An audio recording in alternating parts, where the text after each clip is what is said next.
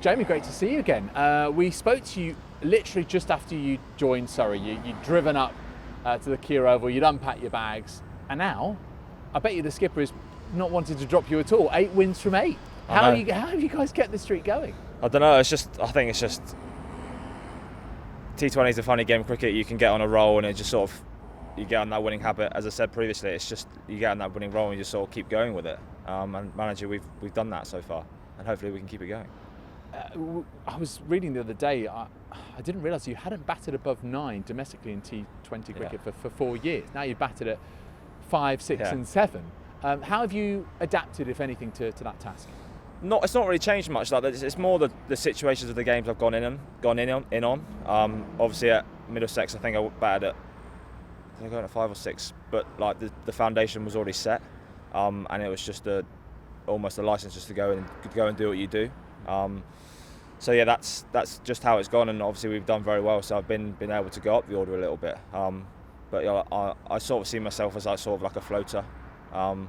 However the situation is, I can sort of go in. If someone else needs to go in, they go in, and just sort of we go it like that really. Is that one of the secrets to the winning streak, I suppose, is this flexibility within the batting lineup, the different batting styles, both above you and I suppose beneath you? Yeah, definitely. I think you've got to be flexible, you've got to be adjustable in T20 cricket because every game is different. Some games you get off to a fly, and then obviously you put the bigger guys up further up the order, whereas then some days if you lose 2 or 3 wickets in the power play, then you've got to rebuild.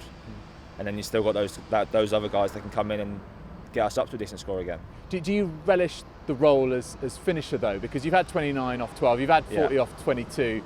You know, is it something that you kind of, when you stride out knowing, right, this is the situation that's meant for me? Yeah, definitely. I think I'm a cricketer that likes to be in those situations. I want to be not the centre of attention, but almost be at the centre of it when it does happen. I want to be the guy winning the games for us. And I haven't done a mass amount of it, but yeah, as I said, I love doing it, and that's what I want to be doing. And generally, is there this confidence that whoever it is that's in that situation, be it yourself, be it Ricky Clark, Liam Plunkett, Gus Atkinson, even Gareth Batty, that someone can get Surrey over the line? 100%. I think everyone prides themselves on their batting, and I think as everyone's got to bat. It's not a game where 10, 15 years ago, 9, 10, 11 didn't really bat, whereas now everyone bats. And everyone thinks they can do those sort of things, which is incredible. And for you personally, I mean, 8 games in the space of 18 days, including a first-class game, don't forget, as well. Has it been a bit of a whirlwind for you? I think it's just been a busy season in general. Everything's sort of been quite sort of crammed in. But yeah, like it's a great time. Obviously, it's been a very strange summer, but the fact that we've actually got some cricket in, it's been amazing. And even though it has been sort of crammed in, it's been really good, to be fair.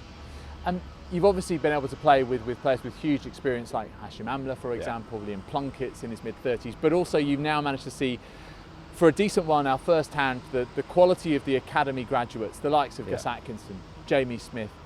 Obviously, Will Jacks has been superb in this competition. Now that you've had a good 8 games to look at them, how do you assess them? I think there's a great squad. Always looking from the outside, you always see Surrey and think, oh, they've got so many players, so many good players. And they're all game changers in their own sort of different way, and it's a great squad to be a part of, and I'm very, very lucky to be here and very grateful to be here. Obviously you're a seamer, but spin may well have another big role to play. Gareth Batty, see if he returns from his injury. Dan Moriarty has been the leading wicket taker in the T20 Blast. I mean, that's a nice partnership, isn't it, those two, one mentoring the other one the protege? Yeah, definitely. I think they've worked very well together, and obviously Will Jacks as well at the top of the innings in the power play. They've all 3 of them have bowled really, really well, and they've managed to keep the opposition down to some very, not low scores, but some decent scores that have been very chaseable, and that's sort of how we've been going about our cricket. Surrey have mainly chased those wins, but you know that in Kent they've got a top order that can really stack it up. The likes of Crawley, Bell Drummond, Denley back, obviously now Sam Billings back too.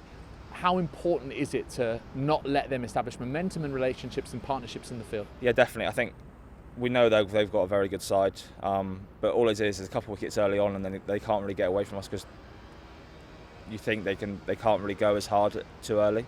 So yeah, that's our plan, is try and get obviously early wickets and then try and restrict them as much as we can.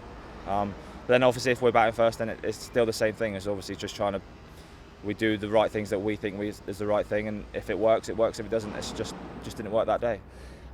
In the last game against Kent, you didn't allow them a boundary off the last 4 overs. Yeah. And Pudsey bowled 2 of those, and we had Reece bowling 1, and also Dan bowling. I mean, how important is it there, just right at the desk, to squeeze as much as possible, because then you really aren't letting them get anything at all. No, exactly. I think you're trying to squeeze the whole innings, but especially at the end, if you go 6, 7 and over in the last 4 overs, that's a massive win for you. And if it's all about taking wickets. If you keep taking wickets, then you're right in the game, because it almost slows them down, and they got to come in, reassess, and then go again. And it's actually quite tricky to go from ball 1. You always have to give yourself 3 or 4 balls before you can actually go. So if you're taking wickets every so often, then they don't have that chance to sort of keep going.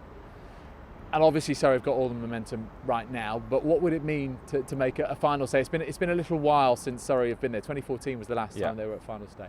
It'll be it's a great day. I've had a bit of one experience of it, and it was an unbelievable day. But yeah, it'll be great to get back there with this group of lads, and hopefully we can win that trophy. It'll be amazing. We wish you luck. Go well. Cheers. Thank you.